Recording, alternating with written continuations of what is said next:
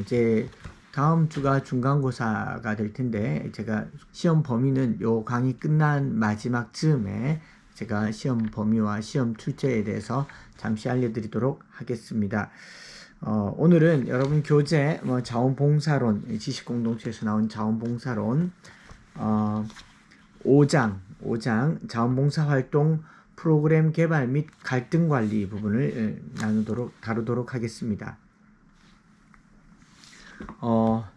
자원봉사 활동 프로그램 개발이니까 사실은 이제 자원봉사를 실제로 하려고 하는 저희들과는 크게 상관은 없지만, 그래도 수업이니까 여러분들이 이제 자원봉사 전반적인 것에 대해서 이해할 필요가 있어서, 자원봉사라고 하는 것은 자원이죠. 발런티어리즘이라고 하는 거.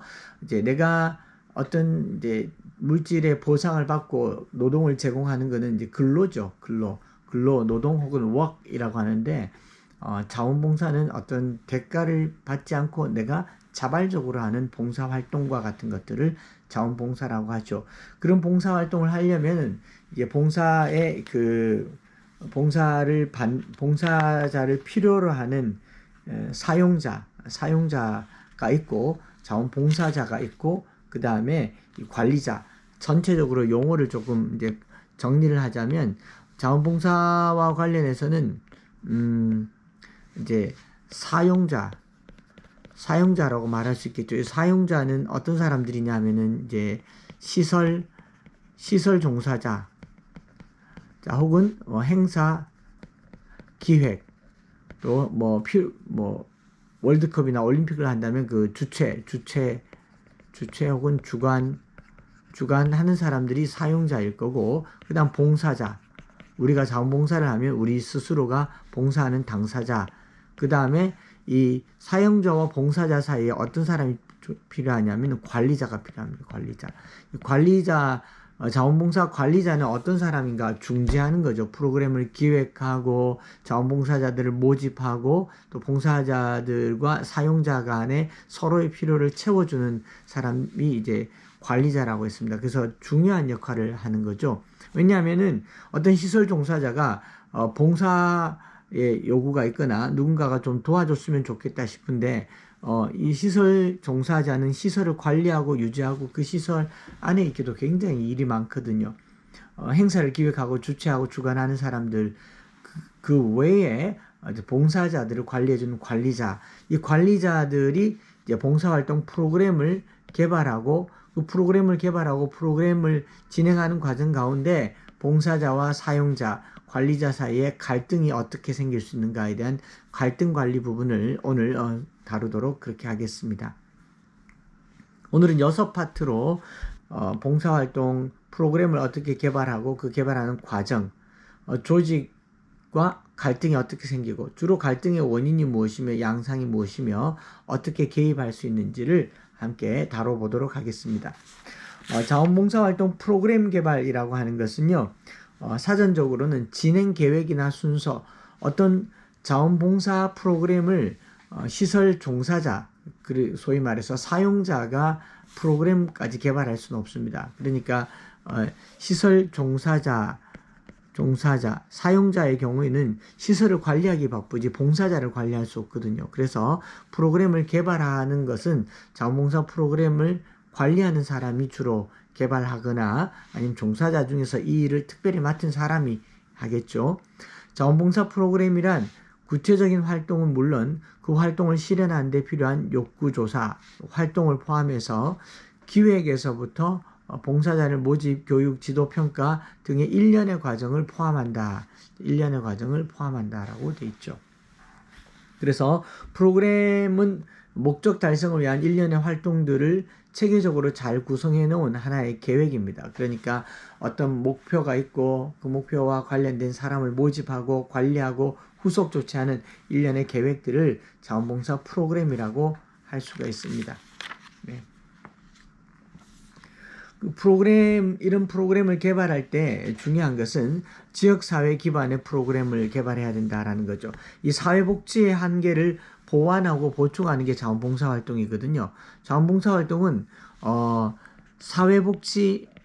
사회복지를 하면 주로 복지사, 복지관, 복지시설들이 있겠죠. 이 복지 전문가가 아무리 복지를 하려고 해도 이 전문가를 고용해서 할 수 있는 일이 있고 전문가가 할 수 없는 여러 가지 이제 지역 사회에 도움이 필요합니다. 그래서 지역 사회 기반의 프로그램을 개발해야 된다. 소위 말해서 우리나라에서 올림픽을 하는데 아니면 대구에서 월드컵 경기를 하는데 미국 사람들 데려다가 자원봉사를 할 수는 없잖아요. 물론 뭐 올림픽 경기나 월드컵 경기는 국제적인 대회니까 전국에서 자원봉사자들을 모집하죠. 통역봉사, 주차봉사, 무슨 안내 여러 가지 것들을 하지만 그 사회복지를 기반으로 하는 이 복지활동에서는 그 지역의 특정한 사람들을 대상으로 하기 때문에 봉사활동 프로그램 자체가 지역사회를 기반으로 하고 있다라는 게 이제 원칙이죠. 그 다음에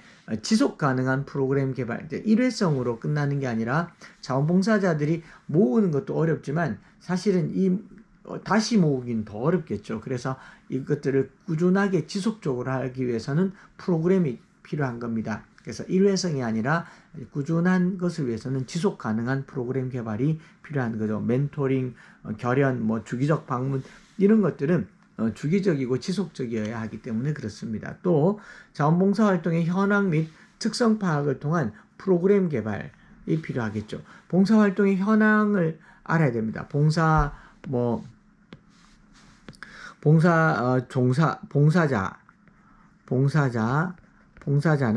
또는 뭐 봉사 대상자, 또 인증 요원들을 대상으로 실시한 봉사활동의 현황과 특성을 파악해서 프로그램을 개발해야 되죠. 예를 들어서 이 지역에는 봉사자가 하나도 없는데 봉사자를 500명 필요로 한다. 그럴 수도 없고, 봉사 대상자도 없는데 봉사할 시설도 없는데 봉사자를 또 500명을 뽑을 수도 없고, 그러니까 그런 특성 파악을 통한 프로그램 개발해야 된다. 현실적이어야 된다 이 말이죠. 자원봉사자 프로그램의 참여도를 높이는 프로그램을 개발해야 된다. 근데 프로그램 개발의 목적이 뭐냐면은 참여도를 높여야 되잖아요. 그래서 VMS나 1365에 들어가 보면 1년에 50시간을 하면은 봉사증을 준다거나 아니 약간의 인센티브, 명예의 전당에 올라가는 이런 것들을 하려면은 이제 프로그램을 개발해서 여러 사람들을 모집하는 게 좋지 않은가 하는 거죠. 봉사 프로그램 개발 원칙은 그렇고, 자원봉사 프로그램을 계획할 때 반영해야 될 것이 있습니다. 반영해야 될 것이 뭐냐면은 준비하고 배려하고 이용자를 위한 이 세 가지인데, 세 가지 자원봉사 관리자 자신을 위한 준비가 필요하겠죠. 자기가 현장 체험을 해본 적도 없고 봉사 관리자인데 무슨 말을 해줘야 될지 모르고 팀원들에 대한 신뢰도 없고 발굴도 못하고 네트워크도 못하면 할 수 없잖아요. 그래서 자원봉사 관리자, 예전에 한번 자원봉사를 가봤더니 어떤 시설 종사자와 함께 그 시설에 대해서 설명을 하는데 너무 확신이 없는 거예요. 봉사하러 온 사람들은 주로 어떤 사람입니까? 마음의 기쁨과 어떤 자원하는 마음이 가득 차서 왔는데 관리자가 여러분 오셨습니까? 또 여기는요. 이렇게 말하면 다음에 오고 싶지 않겠죠. 그래서 그런 자신감과 확신이 있어야 되고 그 팀원에 대한 신뢰 혹은 여러분 이런 거 할 수 있겠습니까? 못하겠죠. 이러면 안 되잖아요. 협력자를 발굴하고 네트워크를 가지려면 관리자 자신이 준비되어 있어야 하고, 그런가 하면 또 봉사자를 위한 배려가 있어야겠죠. 관리자 준비, 봉사자 배려, 봉사자를 위한 배려, 그리고 또 하나는 이용자, 자원봉사자를 사용하는 사람을 여기서는 이용자라고 표현합니다. 이용자를 위한 배려가 필요합니다. 이용자가 원하는 것을 줘야 되니까 그 부분을 이 세 가지를 중심으로 해서 반영해야 되는 거죠. 자, 두 번째로 봉사자를 위한 배려, 자발성을 유도하는 내용을 반영해야 됩니다. 억지로는 할 수 없죠. 일단은 자발적이어야 하죠. 숙제 때문이나 과제 때문이나 이런 것 때문에가 아니라 자발적으로 할 필요가 있고요. 연대감을 조성하는 내용을 반영해라. 이제 지역사회에 내가 연대하고 있다라는 것을 보여주는 거죠. 가장 큰 보상은 성취감과 만족감이잖아요. 자원봉사의 가장 큰 보상은 성취감, 그리고 만족감인데, 이 만족감과 성취감을 줄 수 있는 이제 연대감을 형성시키는 게 중요하다. 유대감을 강화시키는 거죠. 내가 이것을 함으로 참 뭐 좋았다 이런 것들을 알려주는 게 필요하고, 그 다음에 성취감을 도모하는 내용, 말씀드린 것처럼 성취감을 도모할 수 있도록, 서로 할 수 있도록, 그럼 이제 향후에 이제 지속할 때 이런 거 좋죠. 뭐 제 경우는 헌혈 같은 걸 할 때 한 번으로 끝나지 않고 몇 번 하고 또 몇십 번을 하니까 이게 굉장히 좋더라고요. 같은 일을 반복하는 데 대한 자기 만족감 같은 게 있거든요. 지속성을 유지하는 데 도움이 되는 봉사자들을 위한 배려를 프로그램 계획에 반영하는 게 좋고, 세 번째로는 이용자를 위한 배려가 있습니다. 사회복지 시설이든지 아니면 프로그램 단체든지 간에 그들이 원하는 것을 반영해 줘야 되죠. 그러니까 봉사자와 이 이용자 사이에서 서로 니드가 맞아야 되지 않습니까? 서로 원하는 것을 반영해 줘야 되고, 생활 리듬을 반영하라라는 것은 봉사활동의 현장에 충분한 정보가 없으면 충동적으로 선택하고 적절한 계획을 세우는데 어려움이 있습니다. 즉 무슨 말이냐면, 봉사자의 시간과 이용자의 시간이 맞아야 되잖아요. 봉사자가 저는 밤 12시 이후로 봉사하겠습니다. 이러면 뭐 맞출 수가 없잖아요. 그런 리듬들을 반영해야 되고 세심한 마음을 반영해야 됩니다. 양쪽을 다니면서 시설이나 수요자에 대한 충분한 검토와 이해를 근거로 계획을 세우지 않으면 봉사활동이 오히려 피해를 줄 수도 있습니다. 그래서 그 시설의 요구가 무엇인지, 또 봉사자의 요구가 무엇인지 서로 잘 배려하는 마음이 필요하다라는 겁니다. 이게 이제 자원봉사활동 프로그램 개발에 필요한 반영해야 될 것들, 그 다음에 프로그램 개발의 이유, 의미, 프로그램 개발의 원칙, 이런 것들을 살펴보았고요. 이제 크게 두 번째로는 프로그램 개발의 과정을 살펴보면 그 자원봉사의 프로그램 개발은 프로그램에 필요한 이 문제가 무엇인지 아는 것, 문제 확인부터 해서 전체적으로 하나의 그림을 그려보자면,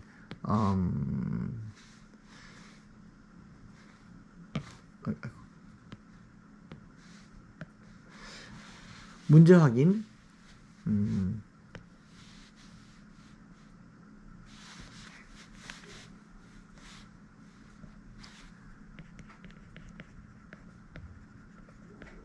문제 확인, 그 다음에 프로그램을 개발하는 이제 잠시만요. 그 프로그램의 목적, 목표 설정이 중요하겠죠. 그 다음에 활동 프로그램 설계, 어떤 활동을 할 것인지 설계하는 거.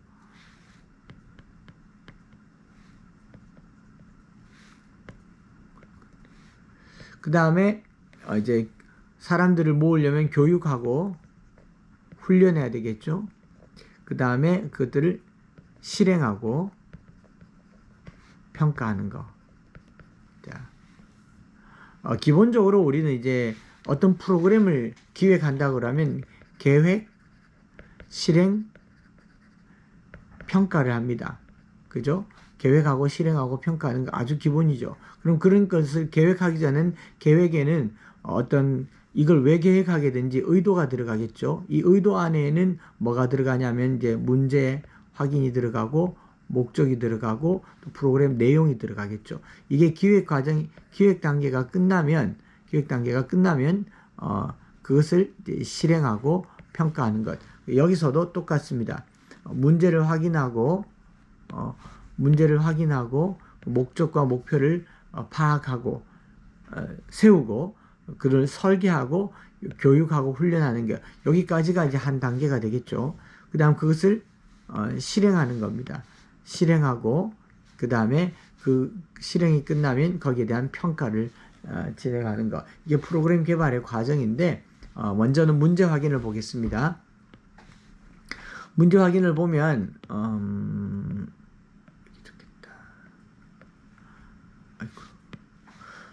프로그램 개발 과정에 있어서 가장 선행돼야 하는 것이 문제를 진단하는 겁니다. 그러니까 이 시설이나 이 사회에서 어떤 봉사자가 필요한가? 예를 들면 뭐 주차 관리가 필요하다거나 의료 봉사가 필요하거나 뭐 노인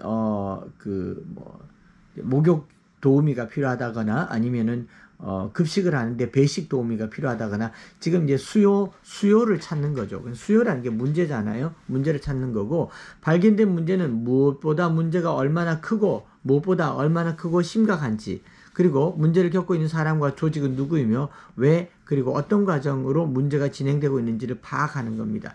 이제 사람이 필요한 건지 기술이 필요한 건지 전문 인력이 필요한 건지를 파악하는 거죠. 문제 진단이 바르게 되어야 프로그램이 달성하고자 하는 바람직한 목적과 목표를 이용할 수 있기 때문입니다. 그 다음에 이제 문제가 확인되고 나면 이건 가지고 한번 가보겠습니다. 문제가 확인되고 나면 이제 다시 이쪽으로 다시 올려놓고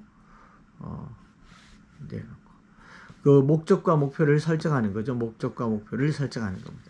그 목적과 목표는 성과 목표가 이용자 중심의 성과 목표 이 몇 가지 원칙들이 있는데 프로그램 참여자의 필요를 채우는 자원봉사자의 필요를 채우는 것을 목표로 세우면은 예를 들면 뭐 제가 여러분들에게 과제로 5시간 냈다 그러면 5시간만 뭐 주구장창 시간만 때우고 있다고 보면 되죠. 그게 아니라 5시간 동안 해야 될 일, 그 이용자들이 뭘 원하는가를 정확하게 파악해서 이용자 중심의 성과 목표가 필요하고요. 그다음에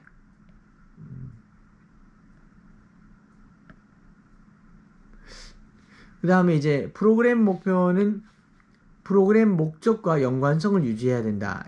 원래 세웠는 이 목적과 같은 거여야 되죠.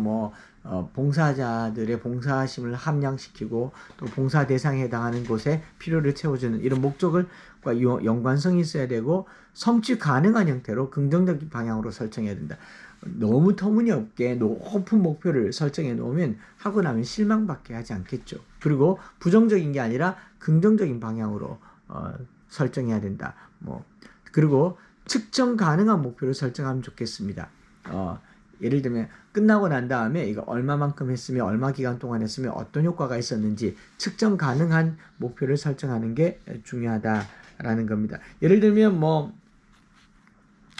목표는 며칠까지 목적은 여기 책에 나와 있는 것처럼 이런 거죠. 무슨 자립지원센터 뇌성마비 장애인의 여가문화활동 향상을 목적으로 한다. 여가문화활동 향상을 목적으로 한다. 이렇게 좀 크게 잡습니다. 목표는 조금 더 구체적으로 2020년 12월 15일까지 뇌성마비 장애인의 여가문화활동 기회를 증가한다. 이렇게 나와 있고 그 하위에는 12월 15일까지 월 1회 문화유적지를 견학한다. 12월 15일까지 월 2회 영화 혹은 연극을 관람한다. 12월 15일까지 연 4회 희망여행지를 관광한다. 이런 식으로 목적이 정해지면 그 목적과 관련해서 목표는 실행 가능하고 측정 가능한 목표로 이렇게 해주는 거죠. 그리고 측정 가능하다라는 건 이런 거죠. 프로그램 참여자 80%가 조리사 자격증을 취득했다. 혹은 10대 미혼모를 대상으로 성교육 서비스를 8회 실시하다. 이게 몇 회 수치로 통계로 낼 수 있는 거면 왜 중요하냐면 다음에 할 때 기준을 정할 수 있어요. 예를 들면 80%가 조리사 자격증을 취득했다라고 한다면 그 수준에 맞는 이 레벨을 계속 유지하겠죠. 그런데 프로그램 참여자가 30% 조리사 자격증을 취득했다. 이러면 낮은 수치잖아요. 그러면은 더 수치를 높이기 위해서 프로그램 횟수를 늘린다거나 아니면은 강사나 강의 내용을 바꾼다거나 여러 가지 평가가 가능하다라는 것은 그 다음에 더 나은 계획을 세울 수 있기 때문에 측정 가능한 목표가 중요하고요. 그 다음에 이제 아까 봤던 이제 활동 프로그램 설계하는 데 있어서 설계 여기 지금 위치가 어디입니까? 여기가 설계죠. 설계 요 자리에 와 있습니다. 설계할 때 구체적인 활동 프로그램을 설계하고자 할 때 고려해야 할 세 가지가 있는데 그게 뭐냐면은 세 가지가 목표 그러니까 기관 사용자죠. 사명 목표에 부합하는지, 적합한지, 또 봉사자의 욕구가 무엇인지, 봉사자의 욕구가 맞아야 되죠. 그 다음에 여기에 보면 이제 대상자가 나왔어요. 대상자의 욕구, 필요가 무엇인지. 자, 이 기관에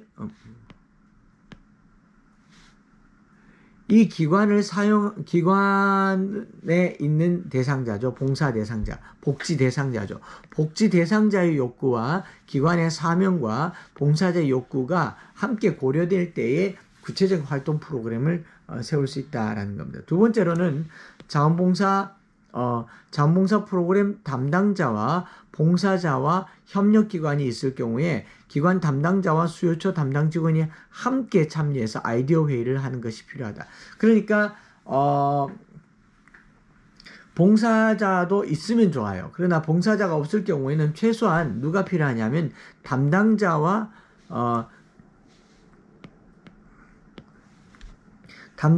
관리자가 아이디어 회의를 함께 하는 게 중요하고, 자원봉사자의 업무 내용을 구체적으로 서술한 업무 설명서를 작성하면 좋습니다. 그러니까 번번이 그때마다 설명하는 것도 좋지만 페이퍼로 나눠주는 게 좋겠죠. 프로그램의 구체적인 실행에 필요한 준비사항이나 용품들도 미리 파악해 두는 겁니다. 왜냐하면은 그 청소 봉사를 한다. 그런 쓰레바지나 쓰레기 봉투나 빗자루 또 이 집게 이런 것에 대한 업무 설명을 해주는 거, 필요한 준비 사항들을 준비시켜 놓는 게 맞겠죠. 그죠? 이런 것들을 이제 프로그램 설계라고 볼 수 있습니다. 요걸 얘기할 때 우리가 흔히 말할 때 기획, 실행, 평가, 조금 아까 말씀드렸죠. 여기 보면은 계획, 실행, 평가 이런 것들이 여기서 일어나는 거예요. 비전과 맞는가, 욕구를 반영하고 있는가, 파악하고 있는가, 목적과 목표를 세워놓은 다 여기 안에 들어와 있지 않습니까? 그리고 실행 단계에 보면 실행 계획은 업무 분장은 적절하게 이루어졌고 추진 방법과 일정, 지원 체계는 구체적으로 명시되었는가, 업무 설명서, 모니터링, 지도 감독은 됐는가. 그 다음에 이제 그 평가에 가서는 평가 기준 및 방법, 수치로 나타낼 수 있는 평가 가능한 계획을 세우는 게 중요하다고 그랬죠. 효율성과 효과성은 평가될 수 있는가, 얼마나 효율적이었는지 수치화, 데이터화 시킬 수 있어야 되죠. 평가될 수 있다. 향후에 반영될 수 있는가. 그래서 이제 끝나고 나면 설문조사를 하기도 하고 설문에 따라서 또 이것들을 하기도 하죠. 자원봉사 프로그램 활동 프로그램 개발 과정들을 보면요, 여러 이제 조건들이 있는데, 자원봉사를 개발해 놓고 봉사에 영향을 미친 조건들이 어떤 게 있냐면은 단기간의 자원봉사, 단기간이 있느냐, 활동처가 가깝냐, 도덕적이고 재밌는 업무 할당을 기대하느냐, 폭넓은 영역으로 자원봉사자를 배출하고 있느냐, 전문적으로 대우받기를 바라는 사람, 전문직에 있는 사람들이 자원봉사는 사실은 예를 들어서 의사들한테 교통봉사를 하라고 할 수는 없잖아요. 그런 전문 기술을 가진 사람들이 많은가, 그죠? 조직보다는 대의 명분을 위해서 일하기를 원하는 사람들이 있어요. 국회의원이나 시의원, 구의원 나가고 싶은 사람들은 또 명분이 또 중요하죠. 활동 시간에 있어서 유동성이 요구되고 있는가. 그룹과 가족 단위의 활동이 요즘 인기가 좋죠. 가족으로 오라 그러면 아버지, 어머니 함께 오니까 한 번 오면 3명, 4명이 모이게 되죠. 직업 및 진로에 유용한 경험이 되기를 원하는가. 다양한 봉사 동기를 가지는가, 사회통합에 대한 자기 인식이 증가하는가, 경기 변화와 실직, 이런 것들이 자원봉사에 영향을 미쳐요. 그래서 시간이 되면은 오기도 하지만 경기 변화와 실직으로 말미암아 봉사자들이 늘어나기도 하고 하는 거니까 이런 것들을 고려해서 봉사하면 좋고, 그 다음 이제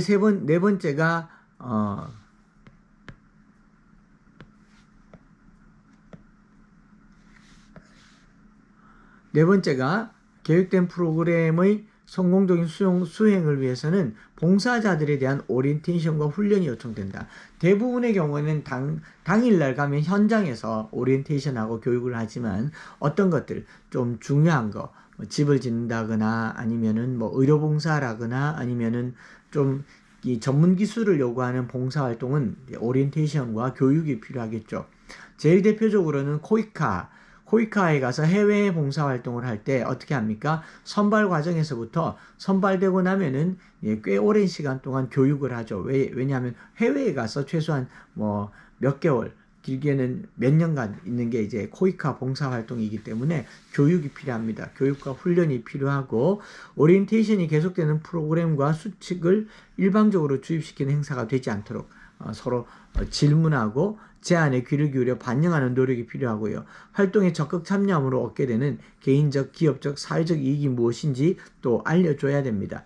예를 들면 뭐 돈을 받고 하는 봉사는 봉사가 아니죠. 고용을 한 거잖아요. 그럴 때는 시키는 일을 해야 되겠지만 자원봉사는 전적으로 스스로 원해서 하는 봉사이기 때문에 봉사자와 이 사용자 그리고 이 프로그램 개발자 사이에서 서로의 의견들이 많이 참여되는 게 훨씬 더 효과적이다라고 볼 수가 있습니다. 그 다음에 이제 볼 수 있는 게 프로그램 이제 실행을 하는 겁니다. 그 프로그램을 실행하는 거. 때로는 봉사자가 목적인지 아니면 프로그램이 목적인지를 구분하지 못하는 경우가 있어요. 봉사가 목적인지. 그냥 뭐든지 봉사만 하러 오면 된다라고 생각하는 사람이 있는가 하면 어떤 사람은 나는 이거 아니면 안 된다라는 사람이 있어요. 나는 반드시 의료봉사만 하러 왔다. 이렇게 볼 수도 있고 나는 무슨 봉사든지 시간만 때우면 된다. 이럴 수가 있어요. 그래서 탄력적으로 운영할 수 있도록 융통성이 필요해요. 그런 사람들 불러서 원래 본인의 의도와 의지와 또 프로그램상의 계획들을 잘 이제 고려해서 실행할 수 있도록 하는 게 이제 프로그램의 실행입니다. 그 다음 6번째가 뭐죠? 평가입니다. 프로그램을 계획하고 수행하고 난 다음에는 마지막 단계에서 평가를 합니다. evaluation이라고 하죠. 총괄적인 평가, summative evaluation, 그 다음에 형성평가, formative evaluation. 형성평가 그러니까 또 이제 중간고사, 기말고사 치는 것 같죠. 평가는 지금 한 일의 잘잘못을 따지기 위함이 아니라 앞으로 더 나은 봉사 프로그램이 되기 위한 자기 점검표입니다. 요즘 메타인지라는 게 많이 이제 알려져 있는 거죠. 알고 있는 것을 안다고 말하거나 알고 있는 것을 실천할 수 있는 능력을 메타인지라고 한다면 어떤 프로그램이 제대로 시행되었다 안 시행되었다를 아는 것은 다음 프로그램에 굉장히 중요하죠. 그래서 이 성질이 비슷한 다른 프로그램 상황에서 일반화시키려고 하는 것이지 이것을 잘잘못을 가리려고 하는 게 아니다라는 겁니다. 그래서 거기에 보면은 여기 책에나 여기 여러분 화면에는 안 나오겠지만 평가에 대한 여러 가지 기준들이 있죠. 노력이 어땠고 효과성, 예상치 못한 결과, 효율성 이 네 가지로 말할 수도 있겠고요. 여러분이 순서 프로그램 개발은 문제 확인, 목적과 목표 설정, 활동 프로그램 설계, 교육 훈련, 실행, 평가 이런 것들 기억하시면 좋겠습니다. 자, 그러면 이제 프로그램 개발 과정이 끝나서 세 번째 자원봉사 활동 조직과 갈등. 자, 이 봉사 활동을 하면 아무래도 사람들이 모여 있고 한 팀이 아니다 보니까 낯설죠. 돈을 받고 하는 직장에서도 직장인들끼리도 어떤 일을 하다 보면은 마음이 맞지 않아서 상하기도 하는데 자원봉사자들이 마음이 좋아서 왔는데 그 가게 안에도 갈등이 있을 수가 있다라는 거죠. 갈등이라고 하는 것은 조직사회에서 생기는 어떤 목표를 가지고 나아가다 보면 심리적 마찰이나 불편한 관계가 발생하고 이런 것들은 보편적인 현상입니다. 그렇지만 봉사는 마음의 원함으로 자원해서 왔잖아요. 그러다 보니 이 갈등이 생기면 굉장히 사용자나 관리자나 봉사자 사이에 너무 어려운 일이 생길 수가 있습니다. 그래서 그 갈등이라고 하는 것의 의미는요, 두 사람 이상의 사이에서 함께 일하는 가운데 목적과 방법, 가치와 욕구가 서로 상반되거나 대립되어 나타나는 대립적 상호작용의 과정인데 조직 생활에서 갈등이 존재하느냐 문제는 이제 인식의 문제다라고까지 얘기합니다. 주로 개인, 집단, 조직사회에서 발생하는 현상이죠. 그리고 심리나 행동 또는 주변에서 일어납니다. 왜 첫인상부터 괜히 기분이 안 좋고 만나고 싶지 않은 이런 사람들도 있기 마련이잖아요. 그래서 개인, 조직, 집단 사이에서 발생하고 심리나 행동 그 주변에서 일어나고요. 갈등의 원인이 형성되면 갈등의 원인을 지각하고 심리적 대립 감정이 형성되고 대립적 행동의 표면화로 연결되는 일련의 진행 단계를 이루어지는 동태적 과정이다. 그러니까 딱 보자마자 파파파박 일어나지 않아요. 어떤 요소가 생깁니다. 음식 봉사를 하러 갔는데 국 먼저 뜰래, 밥 먼저 뜰래. 근데 목소리를 높였어요. 경상도에서는 이렇게 한다. 전라도에서는 이렇게 한다. 소위 말해서 갈등이 시작된 여러 가지 요소들이 있지만 이 다름과 틀림, 방식과 방향 이런 것들이 서로에게 갈등을 나타내는 요소가 돼요. 다를 수 있죠. 근데 다른 것을 우리는 틀렸다고 인식하고 방향이 같음에도 불구하고 방식이 달라서 나랑 다르다라고 얘기를 하는 경우가 생깁니다. 그래서 이 갈등은 원인이 형성되면 그것이 내게 지각이 되고 기분이 나빠지죠. 심리적으로 대립하게 되고 그 다음에 그게 표면으로 나타나는 진행 단계다. 갈등 발생에는 반드시 그 원인과 조건이 수반돼요. 그냥 싫은 건 아니에요. 뭐가 있어도 있을 겁니다. 조직의 모든 구성 요소는 갈등 발생의 잠재성을 지니고 있어요. 어떨 때는 그냥 인사했는데 미처 못 봤다거나 그냥 그날따라 기분이 나쁠 수 있어요. 그래서 심리학자들은 좋은 결과를 낼 때는 예를 들어서 집에서 기분이 나빠서 올 수 있잖아요. 집에서 기분이 나빠서 왔는데 지금 내 얼굴이 기분이 나쁜 얼굴이에요. 그래서 상대방이 느끼기를 나한테 화났나라고 느낄 수 있습니다. 그래서 갈등이 발생되는 불필요하게 오해에 의해서 갈등이 발생할 때는 심리학자들은 그렇게 말한다고 합니다.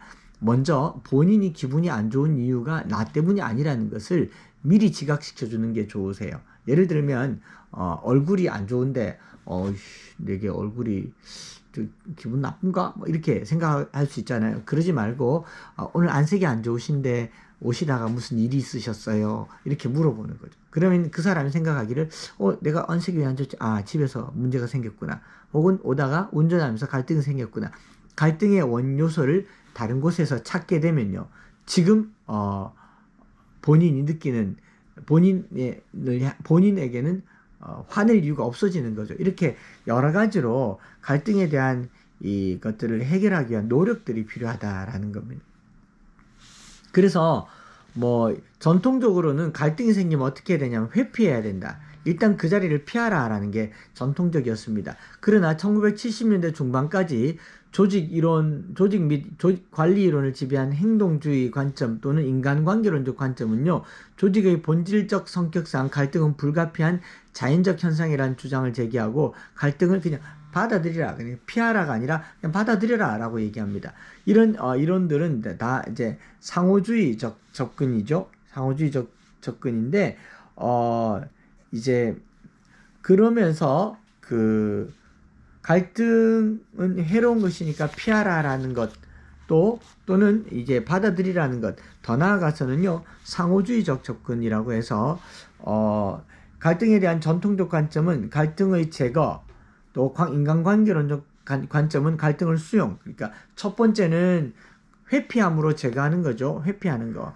그 다음에 이것은 수용함으로 그냥 받아들이는 것인데, 상호주의적 관점은 보다 적극적으로 갈등을 자극시키고 활용하자는 갈등이론입니다. 갈등이론. 갈등에 대한 갈등이론. 어떤 거냐면은 조화롭고 평화로우며 온건하며 전적으로 협동적인 조직은 정적이고 무감동적이며 변화와 개혁에 필요에 민감하지 못하게 되는 경향이다라고 하면서, 상호작용주의 접근은 뭐냐면은 갈등을 두려워하지도 않고요, 갈등을 받아들이고도 하지 않습니다. 소위 말해서 난상토론인 거죠.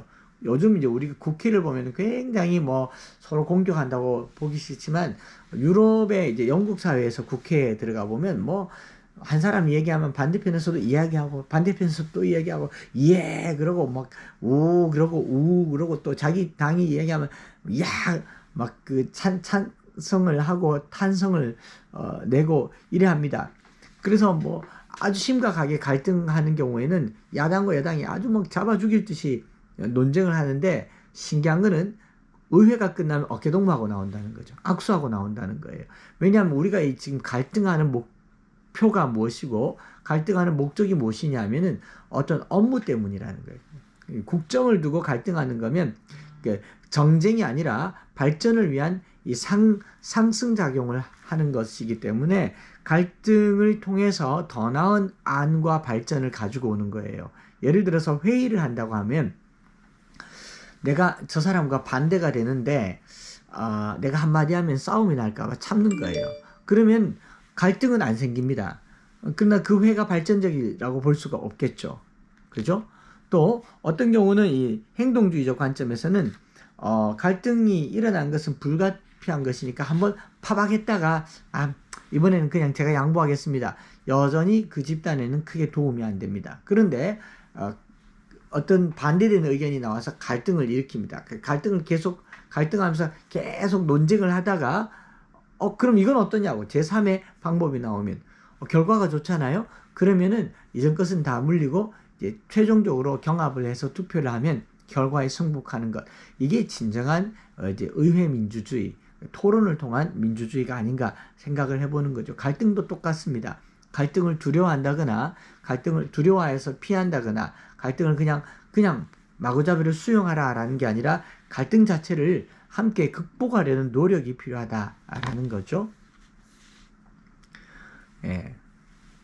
제거하려고 한다거나 회피하는 거죠. 회피. 그래서 회피함으로 제거하거나 그냥 수용함으로 갈등을 이제 누그러뜨리거나 그러다 갈등을 조장하거나 이런 것들을 한번 고민해 보면 좋겠다라는 겁니다. 여기 계속 이 3장의 제목이 잘못 적혀서 이제 개발의 조직과 갈등이니까 요거를 복사를 해서 계속 한번 얹어 보겠습니다.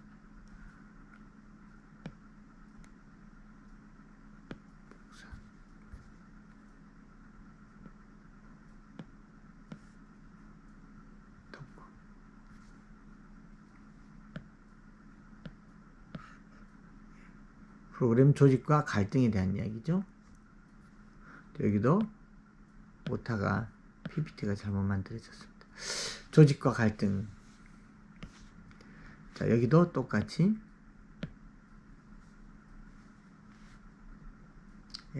갈등 관리의 개념 보면 조직에 부정적인 영향을 미치는 지나친 갈등을 해소 또는 완화시키는 것뿐 아니라 조직에 유익한 적정 수준의 갈등은 용인하고 유지해 나가는 조치를 취하는 것, 그리고 조직에 유익하다고 판단되는 갈등을 조장하는 것까지 포함해서 갈등 관리라고 얘기합니다. 갈등을 관리하는 거죠.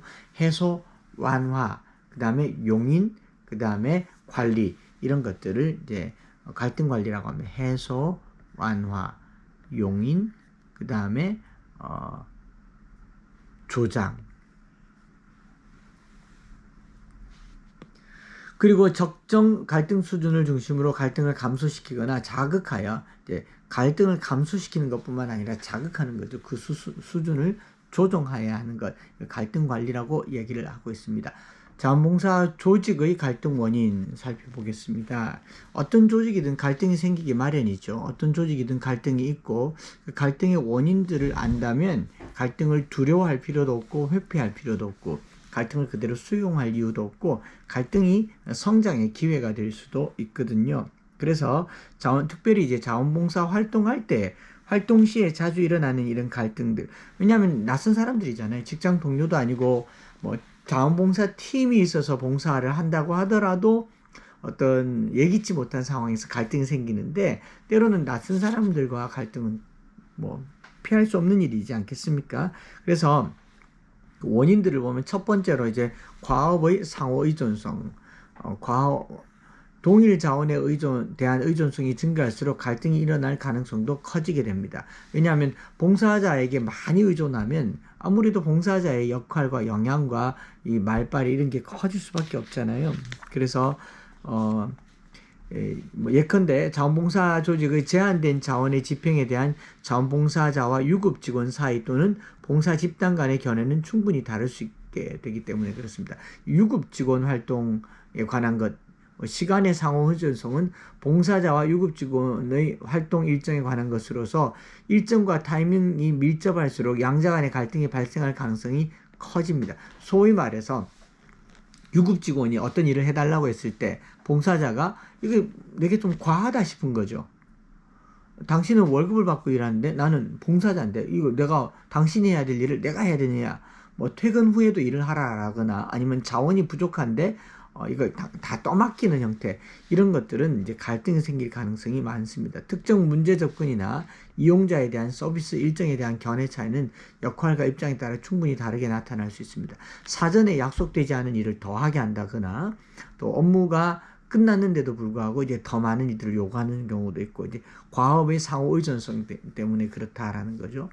또 봉사 조직의 갈등이 생기는 이유는요, 목표와 역할의 기대 차이가 커서 그렇습니다. 목표와 역할의 기대가 불일치 또는 불일치는 개인 간 또는 집단 간의 갈등의 원인이 됩니다. 이제 목표를 이만큼 세웠는데 맡은 역할이 더 넘는다거나 너무 부족한다거나 하면은 이제 그 봉사 조직에 있어서 구성원들은 그 역할이 강화됨에 따라 보다 상이한 목표를 갖게 됩니다. 그러니까 자원봉사 구성원들이 역할이 커지면요, 또 더한 일들을 요구할 때가 있고, 또 기대치가 더 커졌는데 봉사자가 거기에 못 미치면 거기에 갈등이 생길 수가 있죠. 같은 문제에 대응함에 있어서 상이한 시각, 서로 다른 시각과 행동으로 갈등을 발생시킬 소지가 크다라는 겁니다. 똑같은 문제를 대응하는데도 시각의 차이가 있고, 세 번째로는 지각의 차이가 있어요. 아는 게 다르죠. 현실에 대한 지각 차이는 의견의 불일치를 촉진시키고 공동 의사결정이나 협력을 어렵게 만드는 갈등의 요인이 됩니다. 지각 차이는 구성원들의 배경, 가치관, 교육 정도, 연령, 정보체계, 사회적 관계 유행 등과 같은 차이점에 기인하고, 이런 이질감은 조직의 분위기를 저하시키고 협력을 감소시킨다. 제일 대표적인 게 정치적 이념 같은 거죠. 뭐 경상도 사람, 또 어른들, 젊은이들 까딱 잘못해서 뭐 보수, 진보 성향을 보이면은 자원봉사하고 뭐고, 근데 이제 그날은 일이 다 끝나게 되는 거죠. 이제 영국에서는 이런 뭐 속담이 있습니다.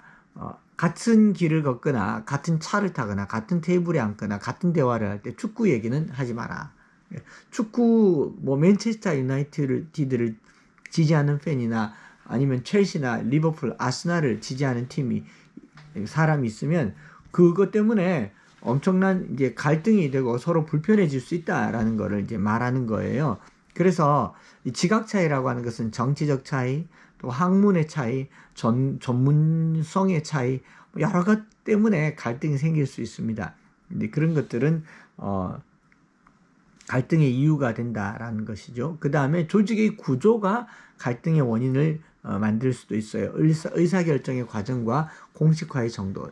예를 들면 봉사자들에게 어떤 의사를 결정할 수 있는 기회나 수렴할 수 있는 기회를 전혀 주지 않고 사용자가 막 임의로 이렇게 할 경우에 봉사자들은 싫을 수밖에 없죠. 그래서 어떤 결정에 영향을 받게 될 구성원이 의사결정의 과정에 참여하지 않는 경우 갈등은 보다 크게 표면화되죠. 너는 시키는 일만 해 라든가 그걸 또 공식화시키는 정도에 따라서 낮을수록 갈등의 소지는 커집니다. 예를 들어서 어떤 일을 오피셜하게 공식적으로 하는 것 말고 비공식적으로 막 하는 거예요. 누구에게는 쉽게 하고 누구에게는 어렵게 하고, 이렇게 하면은 갈등은 더 커지고요.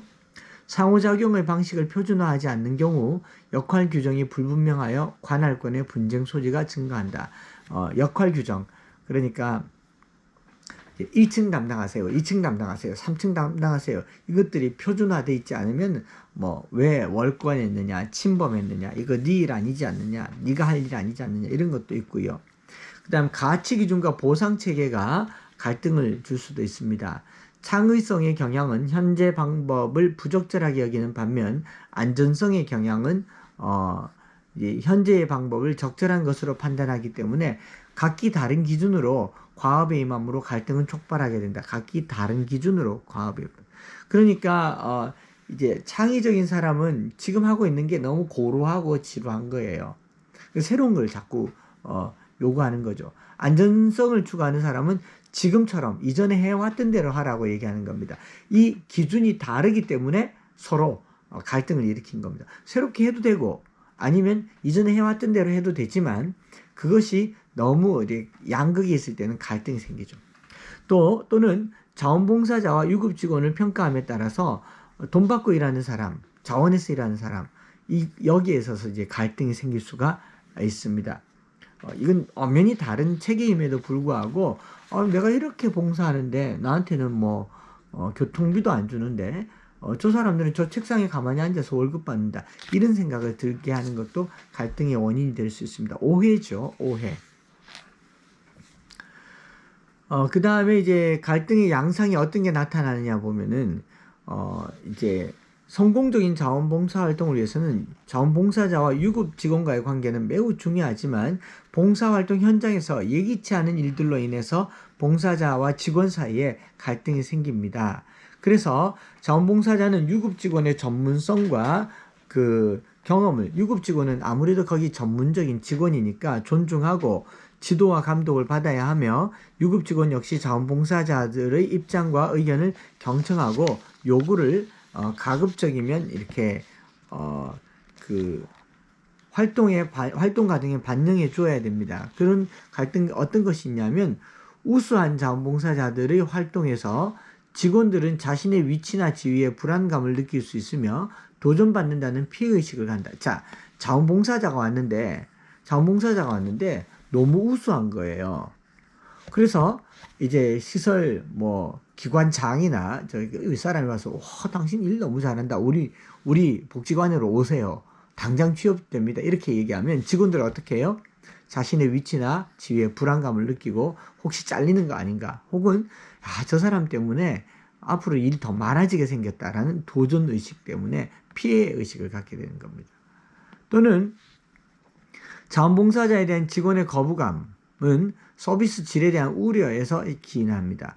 그러니까 직원이 자원봉사자들을 보면서 시간이나 때우다 가겠지 혹은 특별히 단기나 단월성으로 온 자원봉사자들에 대한 직원들은 그냥 그 의례적인 행위로 보기 때문에 서비스 질에 대한 우려가 떨어진다는 걸 인식하는 거예요. 봉사자들이 얼마나 잘할까에 대한 기대 자체가 낮다라는 거죠.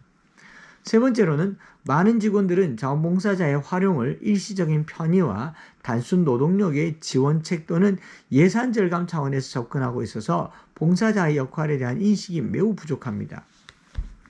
직원들은 자기들이 할 수 없는 일들, 여러 가지 일들에 대해서 소위 말해서 땜빵 정도로만 생각하기 때문에 그 봉사자의 역할들을 대한 인식이 부족하니까 다시 안 올 사람, 지나가는 사람 이 정도로 보니까 갈등이 생기기도 하고요. 또 봉사자와 함께 일한 이전의 나쁜 경험으로 거부감이 생기게 되어서 갈등의 요소가 됩니다. 이것도 많은 경우가 있겠죠. 이전에 저런 사람 만났는데 식이 이제 안 맞더라라는 겁니다. 이게 편견이죠. 편견. 혹은 트라우마. 이전에 한번 갈등이 있어서 그럴 수도 있겠죠. 자원봉사자의 활용이 확대되면서 직원들은 이용자에게 직접적 서비스를 제공하던 역할을 점차 자원봉사자에게 위임하게 됩니다. 그러니까 직원들이 자원봉사자에게 이용자를 위임하게 되면서 이 직원들이 그 이용자들 간에 갈등이 생기게 되는 경우죠. 이 이용자들이 소위 말해서 노인이라든가 아동이라든가 장애인이라든가 여러 이용자들이 자원봉사자들과 계속 이제 많은 시간을 보내다 보니까 거기 있는 직원들을 무시하는 거예요. 봉사자 보내달라, 어떻게 해달라 이런 경우가 생기더라라는 겁니다. 이런 것들이 이제 갈등의 요소가 되겠죠. 그런가 하면 동료 자원봉사자 간의 갈등도 이제 무시할 수가 없습니다. 자기들끼리도 갈등이죠. 아까 말씀드린 것처럼 팀으로 오는 경우도 갈등이 생기겠지만 어떤 경우는 이제 낯선 사람들이잖아요. 그래서 기관 시설 직원, 동료 및 동료 봉사자 및 이용자로부터 자신이 보통 이상의 존재로 인정되기를 바래요. 왜냐하면 봉사를 왔잖아요. 봉사를 왔으니까 이제 자긍심이 이제 거의 뭐 풀 차지가 돼 있는 거죠. 그래서 이 굉장히 이렇게 어깨 힘이 빡 들어가 있는 상태이다 보니까 이게 이제 더 훌륭한 봉사활동을 촉매할 수가 있겠지만 배타적 경쟁심을 유발해서 봉사자 간의 시기와 질투를 지니는 갈등으로 발전되어서 자원봉사활동의 저해 요소가 되는 거예요. 서로 너무 경쟁하게 되는 거죠. 경쟁하게 되는 거. 그런 갈등들도 이용자와의 갈등이 있어요. 이용자, 뭐 노인, 아동, 장애, 뭐 여성, 그리고 청소년 여러 있겠죠. 그래서 그 이용자에 대한 무지성이 갈등을 일으키기도 합니다. 예를 들면은 노인들의 특성 같은 걸 잘 몰라가지고 뭐 전화번호 달란다고 전화 주고 개별적으로 접촉한다거나 시혜성은 자선을 베푸는데 우월자로서 상대는 베품을 받는 열등자로서 생각하면서 인간의 차별의식을 갖게 되는 거죠. 차별. 그러니까 시혜 이렇게 베풀 해자, 베풀 시자. 그러니까 이제 은혜를 베푼다라는 거예요. 이렇게 하다 보니까 아유 가련한 사람들, 딱한 사람들, 쯔쯔쯔 이러면서 내가 마치 이제 독지가인 것 같은 그런 형태를 갖는 거예요. 사실은 지금 사회에서 시설 이용자는 그만한 권리가 있는 사람들이 이용하는 거예요. 그런데 그곳에 가서 나를 갑으로 생각하는 것 이런 것들 갈등이 양상이 되고 자기도취성 뭐 금방 했던 말이겠지만 자원봉사자가 해야 될 것과 안 해야 되는 것을 지혜롭게 구별해야 되는데 마치 자기가 사랑의 화신이 되는 것처럼 자신이 이제 마더 테레사가 되는 것처럼 막 이렇게 이제 과시하는 걸 이제 자기도취성 혹은 충동성 단계적이고 체계적인 활동이 아니라 특정 목적을 위해서 즉흥적으로 하는 자원봉사 활동이어서 이제 한번 해보려고 하는 거예요. 되게 위험한 일이죠. 그래서 보통은 한 번, 두 번 할 때는요, 에너지가 거의 한 200% 정도 나오는데 자원봉사를 할 때는 꾸준히 하라고 얘기합니다. 꾸준히 하다 보면 내가 쏟아부어야 할 에너지와 내 일상과 나의 학업 사이에서 균형을 이루게 되고 봉사를 어느 선에서 해야 될지 알게 됩니다. 일회성도 같은 표현이겠죠. 대부분 우리나라 자원봉사 활동은 6개월에서 1년 정도로 짧습니다. 뭐 10년, 20년 한 사람 잘 없어요. 오죽하면 저희 옛날에 대구에 등하굣길에 출근길에 교통봉사를 그냥 자기 집 앞이 너무 복잡해서 그냥 봉 하나 들고 나가서 교통정리를 하기 시작했는데 눈이 오나 비가 오나 매일 아침같이 한 20여 년을 하신 분이 계셨는데 결국은 대통령상을 받더라고요. 이 꾸준히 한다고 하는 게 쉬운 일이 아니거든요. 그런데 단회적으로 하다 보면 갈등이 생기더라라는 겁니다. 자, 여기까지가 이제 갈등에 대한 거고 이제 갈등에 대해서는 어떤 개입 전략이 필요한가 갈등 상황에서 우리는 어떻게 갈등을 풀어갈 수 있는가를 보는 거죠. 보통은 이제 갈등 상황을 싫어하기 때문에 회피해버려요. 출근하지 않는다거나 도피해버린다거나 숨어버린다거나 상사에게 무조건 이렇게 예스 하는 거. 이제 갈등을 회피하는 방법이죠. 억압적인 반응은 뭐 이제 질병, 음주, 낮은 직무 만족, 불규칙한 업무 성과 이런 것들을 가지고 이제 갈등에 대해서 억압적으로 하는 거죠. 아프다고 한다거나 아니면은 뭐 아프게 한다거나 음주, 술을 먹인다거나.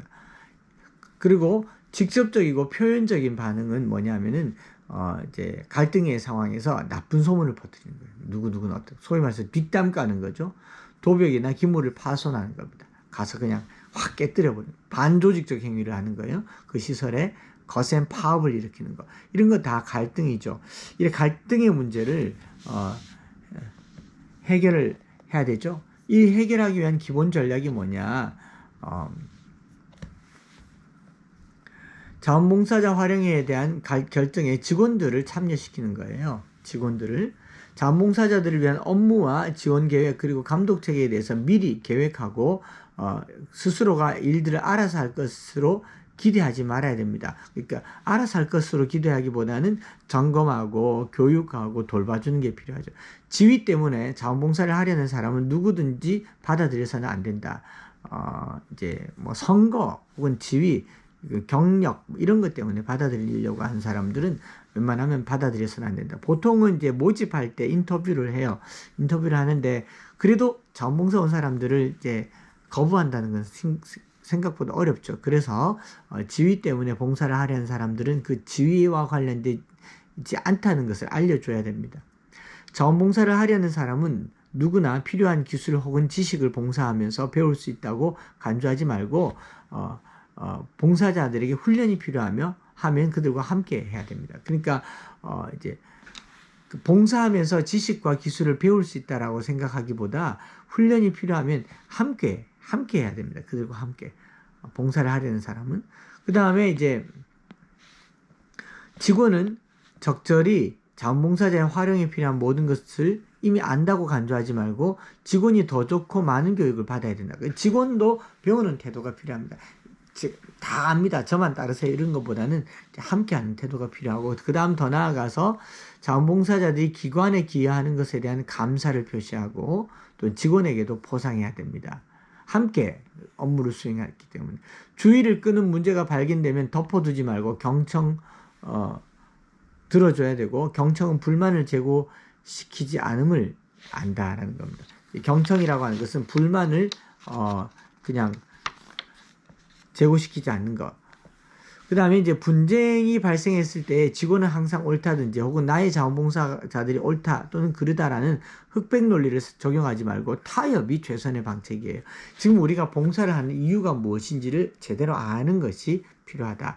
이게 이제 앞으로 여러분 봉사하러 가면 요 정도 갈등 문제는 이제 겪게 될 테니까 하시면 좋고, 자원봉사 활동의 전달 체계인 6장을 또 수업을 이제 다음 주차 때 하도록 하겠습니다. 여러분 수고 많으셨습니다.